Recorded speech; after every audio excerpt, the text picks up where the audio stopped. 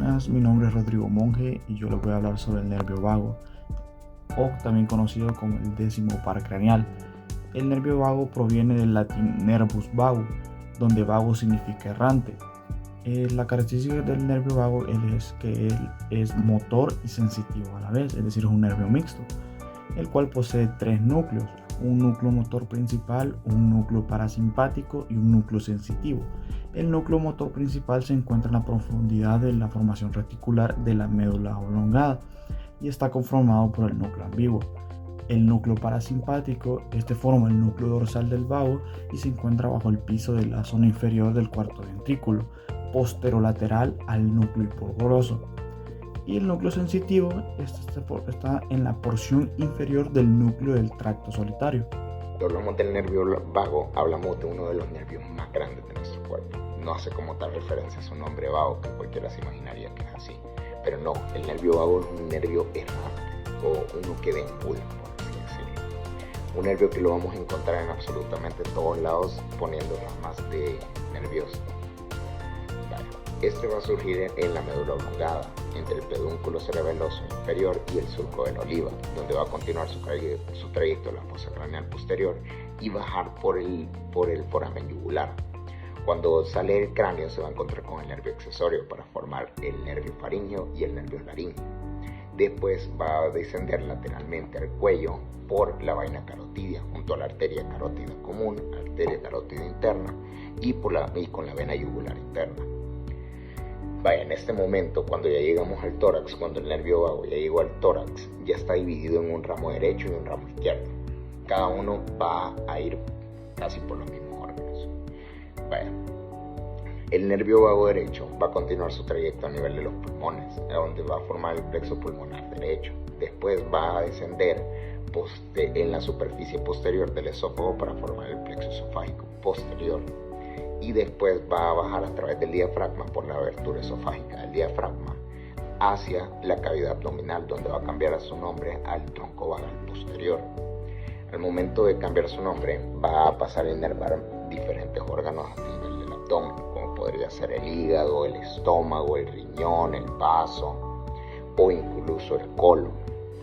Después, esto a través de diferentes plexos, como el plexo mesentérico superior, plexo renal, plexo celíaco, etc.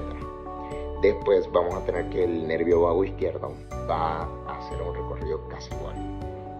Va a bajar a través del pulmón izquierdo para formar el plexo pulmonar izquierdo y va a bajar por la superficie anterior del esófago para formar el plexo esofágico anterior. Después, al igual que el derecho, va a bajar por la abertura esofágica del diafragma, donde va a cambiar su nombre al tronco vagal anterior. Cuando cambie su nombre va a pasar a inervar órganos del abdomen también, colon transverso, páncreas, hígado, diferentes órganos que vamos a encontrar aquí. Entonces, el nervio vago como tal es uno de los nervios más importantes de nuestro cuerpo, porque va a inervar desde nivel del cráneo hasta nivel abdominal.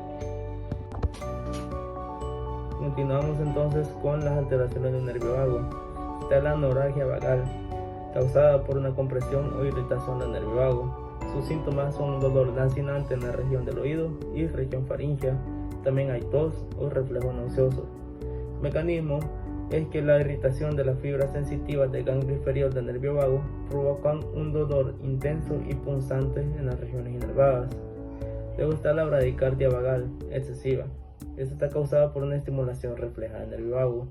Sus síntomas son la bradicardia y hasta incluso puede llegar a haber una asistolía transitoria. Su mecanismo es que la estimulación refleja excesiva del nervio vago genera una descarga intensa de impulsos vagales, produciendo así la bradicardia como tal. Luego está la parálisis del paladar blando unilateral. Esta está causada por lesiones postinfecciosas, quirúrgicas o tumorales del nervio vago. Sus síntomas son una voz nasal y regurgitación de líquidos por la nariz. Su mecanismo es que se impide la contracción del paladar blando y la úvula unilateralmente, provocando que ambos se desvíen hacia la región sana del paladar blando. Luego, por último, tenemos la parálisis de la cuerda vocal. Está causada por cirugía de la tiroides, aneurismas del arco aórtico o tumores mediastínicos. Sus síntomas son una voz débil, tos ineficaz y riesgo de aspiración. El mecanismo es que la lesión provoca una parálisis unilateral o bilateral de las cuerdas vocales, afectando así la abducción y aducción de la laringe. Ok, las patologías asociadas al nervio vago podemos encontrar la gastroparesia. Esto prácticamente es debido a una lesión o una disfunción del nervio vago. El paciente va a presentar los síntomas de náusea, vómito, una sensación de llenura, ¿verdad? Distensión abdominal e incluso hiporexia, que prácticamente esto es la pérdida de apetito. Luego vamos a encontrar el síndrome vasovagal. Esto prácticamente es por una estimulación exagerada que hay al nervio vago mediante estímulos como el estrés, el dolor y el calor. Los síntomas que va a presentar el paciente va a ser una sensación de desorientación, mareo, sudor frío, visión borrosa, bradicardia e incluso en ciertos casos el desmayo. Esto debido a que el nervio vago va a provocar una caída de la presión arterial y el ritmo cardíaco, reduciendo la función o el flujo cerebral, provocando ese desmayo. Luego tenemos la disfagia. La disfagia es cuando hay una lesión del nervio vago o del núcleo en vivo. Los síntomas que va a presentar el paciente es prácticamente esa dificultad al tragar, esa sensación de atragantamiento, tos al momento de comer o de tragar. Esto debido a que la úvula prácticamente se va hacia el lado contralateral, generando todos esos signos previamente mencionados. Luego encontramos la disfonía. La disfonía prácticamente es esa lesión que hay en el nervio vago, específicamente sus ramas laringeas. Lo que va a presentar el paciente prácticamente es una voz ronca. Si el paciente viene y no presentaba voz ronca o su voz no es así, esto puede ser un signo de que hay una lesión a nivel del nervio vago. Incluso en ciertos casos puede haber pérdida de la voz. Y luego encontramos la disfunción vagal en general, que prácticamente estos son alteraciones en el nervio vago, ¿verdad? Por traumas, algún daño y todo, y son signos como náuseas, vómitos, bradicardia, reflujo, distensión abdominal, y también esto va a afectar la regulación autónoma de ciertos órganos tanto torácicos como abdominales. Y por último encontramos a las parálisis de cuerda vocal. Esto es algo opuesto, mejor dicho, a la disfonía. ¿Por qué? Porque aquí es causado por daños siempre en las cuerdas vocales, solo que aquí va a ser una voz débil o una voz ineficaz. Pues al día de ahora vamos a evaluar también el nervio vago, la evaluación física, que va a consistir en 4 pasos que vamos a realizar. Como sabemos, este nervio es un nervio mixto, tiene una función motora y una función sensitiva, pero en la evaluación clínica se suele evaluar más la función motora, puesto que la evaluación sensitiva está más ligada a otros nervios como el nervio glosofaríngeo y el nervio facial. En este caso, lo primero que se hace generalmente es observar cómo se encuentra la úvula del paciente y si ésta no presenta ningún tipo de desviación, porque esto podría indicar una lesión en este nervio. Por ejemplo, si hay una lesión en el nervio vago derecho, la úvula se va a desviar al lado sano, es decir, en el lado izquierdo, y eso podría darnos una pauta para evaluar si se encuentra una afección. Entonces le pedimos al paciente que abra la boca y saque la lengua, y nosotros pues observamos la úvula, y lo que vamos a ver primeramente es que el paladar se va a encontrar simétrico en ambos lados, y lo que les mencionaba de la úvula, que se encuentra céntrica y esta va a ser simétrica. Luego lo que vamos a hacer es la evaluación del reflejo faríngeo o el reflejo nauseoso. Cabe destacar aquí que este reflejo también se suele realizar con el nervio glosofaríngeo, pero ahí se suele evaluar un poco más la función sensitiva. Aquí es un poco más la función motora. Entonces, para este reflejo le vamos a pedir al paciente también que abra la boca, y saque la lengua, y lo que vamos a hacer es tocar la pared posterior de la faringe, y lo que vamos a observar es una retracción de la lengua y una constricción de los músculos de la faringe. Entonces hacemos esto y ahí vemos cómo se ve evidenciado el reflejo faríngeo. Este reflejo, como les mencionaba, también se suele evaluar con el nervio glosofaríngeo, pero aquí se utiliza más la función motora, es decir, esa arcada a causa de la contracción de los músculos de la faringe. Otro paso que podríamos hacer para evaluar al paciente sería que el paciente a lo largo de la evaluación pues hable, que diga diferentes palabras o que diga diferentes letras, y esto nos puede servir para identificar algún problema a nivel de las cuerdas vocales.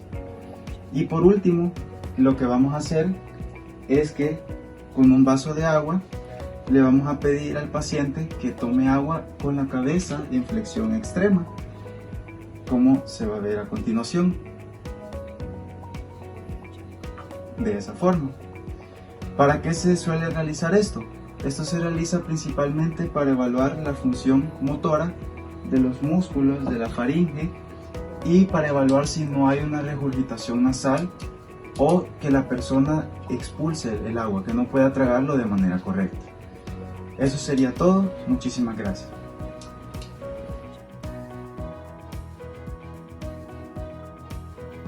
Ahora vamos a hablar sobre el nervio accesorio. Este es un nervio eferente visceral específico que se encarga de la fonación y del movimiento de cuello y cabeza. Va a tener dos raíces, esta siendo una raíz espinal y una raíz craneal. La raíz craneal se origina en el núcleo ambiguo y va a tener su origen aparente entre el pedúnculo cerebeloso inferior y la oliva, mientras que la raíz espinal va a tener su origen en el nervio espinal y su origen aparente entre los surcos ventrales y laterales de la médula espinal anterior. Esta raíz espinal va a ingresar al cráneo a través del foramen magno y después va a salir junto a la otra raíz por el foramen yugular, para después ir a inervar a sus respectivos músculos. Buenas, en esta ocasión vamos a tratar de evaluar clínicamente lo que es la función del onceavo par craneal, también denominada nervio accesorio, que tiene principalmente lo que son dos funciones. La primera es que inerva el músculo esternocleidomastoideo, que permite lo que es el movimiento del girar del cuello y lo que es el músculo trapecio. En esta parte del video nos vamos a enfocar en lo que es la evaluación clínica del esternocleidomastoideo. Para eso se le puede pedir al paciente que realice dos cosas. La primera es que gire la cabeza sin ninguna oposición para ver correctamente que el esternocleidomastoideo pueda girar libremente. Y la segunda manera de evaluarlo es que se le aplica una resistencia en la mejilla del paciente y se le pide que gire la cabeza hacia el lado donde está esa resistencia para evaluar que el esternocleidomastoideo tenga toda la fuerza y no tenga ninguna falla del nervio accesorio que manda. Entonces aquí se tiene que ver, se ve perfectamente cómo el esternocleidomastoideo tiene la fuerza suficiente para vencer esa resistencia y no hay ninguna falla en ese nervio accesorio. Y esa sería toda la parte del video. Gracias. Ahora que realizamos una evaluación clínica del músculo esternocleidomastoideo, vamos a realizar la evaluación del nervio accesorio, pero esta vez en el músculo trapecio. Tenemos que observar la espalda superior y los hombros del paciente para detectar si hay alguna anormalidad, si hay un hombro caído o una escápula alada. Luego, le pedimos al paciente que se encoja de hombros. Luego repetimos la misma acción, pero esta vez colocando una resistencia, es decir, ponemos nuestras manos sobre los hombros del paciente y le pedimos que repita la acción. Se tiene que recordar que si hay una lesión en el nervio accesorio, lo vamos a observar como una debilidad en el músculo trapecio y lo podemos ver como un hombro caído o como una escápula alada, pero en el lado ipsilateral al nervio dañado. Hola doctores, mi nombre es Mauricio Montalvo. Voy a continuar con las alteraciones del nervio accesorio. Debemos entender que al ser un nervio propiamente motor, lo que se va a ver afectado va a ser la movilidad de los músculos a los cuales este inerva. Específicamente, si hay una lesión de la parte o de la rama espinal del nervio accesorio, va a dar parálisis de los músculos esternocleidomastoideo y trapecios, causando una atrofia en ambos. Para la atrofia del músculo esternocleidomastoideo nos va a causar una dificultad para girar la cabeza al lado opuesto. por tanto va a ser una lesión contralateral. Entonces, si hay una lesión del nervio accesorio izquierdo, va a haber una dificultad para rotar la cabeza al lado derecho. Mientras que si hay una atrofia del trapecio, el músculo trapecio y su lesión va a ser ipsilateral, por tanto del mismo lado del cuerpo. Esta se va a presentar o la vamos a notar como hombro caído y como dificultad del paciente para elevar el brazo sobre el plano de su hombro. Por tanto, en cuanto a las alteraciones para observar la presentación del paciente, vamos a observar, como ya mencionamos, hombro caído, ipsilateral, escápula elevada, igualmente ipsilateral. Sin embargo, esto también se puede causar por, digamos, ya al estar caído un hombro, la escápula del otro lado va a estar elevada a comparación de la otra. Además, vamos a observar un cuello inclinado hacia el lado sano, esto debido a la atrofia que se cause del daño lesionado, por tanto estaría algo así el paciente, y una rotación limitada contralateral por la misma atrofia del nervio y del músculo.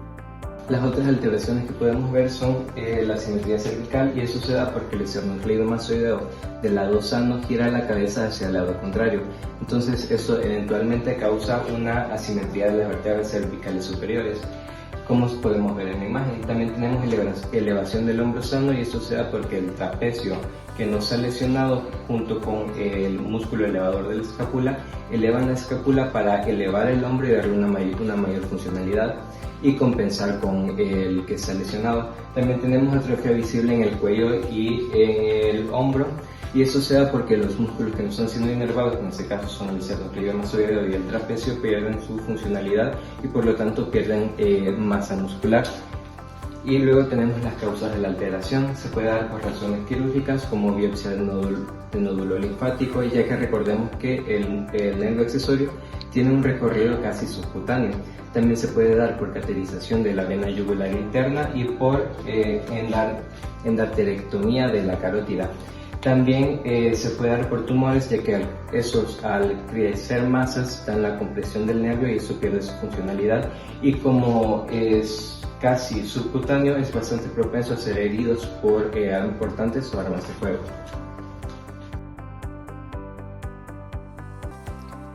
Hola, les saluda Ricardo Mendoza. A continuación seguimos con el estudio del nervio hipogloso, o también llamado doceavo par craneal. El nervio hipogloso es un nervio puramente motor que recibe sus fibras eferentes del núcleo hipogloso. Su componente funcional es eferente somático general y cuyo origen real se encuentra en el núcleo hipogloso del bulbo raquídeo. Emerge del cráneo a través del conducto del hipogloso y tiene como función primordial la inervación de todos los músculos intrínsecos y la mayoría de los extrínsecos de la lengua. Hablamos de los músculos estilogloso, hiogloso y geniogloso, a excepción del músculo palatogloso. El nervio hipogloso es crucial para la correcta articulación de la habla y de la deglución, y que su daño provoca disartria y disfagia. Por lo tanto, el nervio hipogloso es un nervio indispensable para la motilidad lingual, y su disfunción tiene un gran impacto directo en la comunicación y la alimentación del paciente. Y es lo que estudiaremos a continuación. Yo les hablaré del trayecto del nervio hipogloso. Las fibras del nervio hipogloso brotan de la superficie anterior de la médula oblongada entre la pirámide y la oliva. Estas atraviesan la fosa craneal posterior y salen del cráneo a través del conducto hipogloso. Siguen su trayecto hacia abajo y hacia adelante en el cuello y pasan entre la arteria carótida interna y la vena yugular interna hasta alcanzar el borde inferior del vientre posterior del músculo digástrico.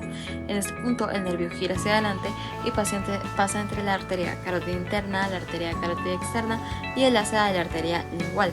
Aquí se vuelve más profundo hasta alcanzar el borde posterior del músculo miloideo y descansa sobre la superficie lateral del músculo hiogloso. Aquí manda sus ramas hacia los músculos de la lengua. Es importante recordar de que en la porción superior de su trayecto es acompañado por las fibras de C1 que son provenientes del plexo cervical, y estas fibras solo sirven de apoyo para el nervio hipogloso, ya que Luego siguen su trayecto hacia la inervación de los músculos del cuello. En conclusión, tenemos que el nervio hipoglóso controla los movimientos y la forma de la lengua. Buen día, doctores, mi nombre es Valeria Rajo. Yo continuaré hablando sobre las lesiones y alteraciones en el nervio hipogloso. Como vimos anteriormente, es un nervio motor puro que se encarga de controlar los movimientos voluntarios de la lengua. Dentro de las alteraciones de este nervio pueden clasificarse según el nivel de la lesión.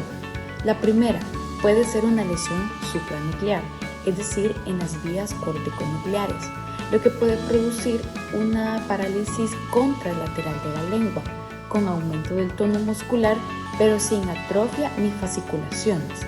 En este caso, al pedirle a un paciente que protuya la lengua, ésta se desviará hacia el lado opuesto de la lesión. Como segunda clasificación podemos encontrar una lesión infranuclear, la cual afectará directamente al núcleo, generando una parálisis ipsilateral con atrofia visible y fasciculaciones. Al pedirle al paciente que protuya la lengua, ésta se desviará hacia el lado lesionado por pérdida del tono muscular. Entre las causas centrales más comunes se encuentran los accidentes cerebrovasculares, esclerosis múltiple y los traumatismos en el tronco encefálico, mientras que entre las causas periféricas se incluyen compresiones debido a tumores en la base del cráneo, lesiones quirúrgicas cervicales y las infecciones o inflamaciones que afectan el trayecto del nervio, por ejemplo, la enfermedad de la neurona motora. Y ya por último, las alteraciones clínicamente se manifestarán en el paciente como por ejemplo una debilidad o parálisis lingual, una atrofia lingual, fasciculaciones, desviación de la lengua, disartria o disfagia. El hipogloso nos permite identificar alteraciones en el tono muscular, la fuerza y los movimientos de la lengua. Observar signos como atrofia, asimetría o desviación nos permite ayudar a detectar lesiones que pueden afectar el habla, la masticación y la dentición. El objetivo de esta evaluación es poder identificar los movimientos de la lengua, la posición de la lengua, la simetría de la lengua y la fuerza de la lengua. Pero en este caso, para la evaluación del par craneal, le vamos a pedir al paciente que saque la lengua hacia adentro y hacia afuera y hacia los lados para poder observar desviaciones. En este caso vamos a observar desviaciones. Luego le vamos a pedir al paciente que pronuncie la R, L y T. R, L, T. Para ver el trofismo de la lengua. Y por último le vamos a pedir al paciente que si con su lengua puede empujar como la parte interna de su mejilla con fuerza. En este caso vemos que la fuerza de la lengua es correcta y no hay lesiones. Gracias.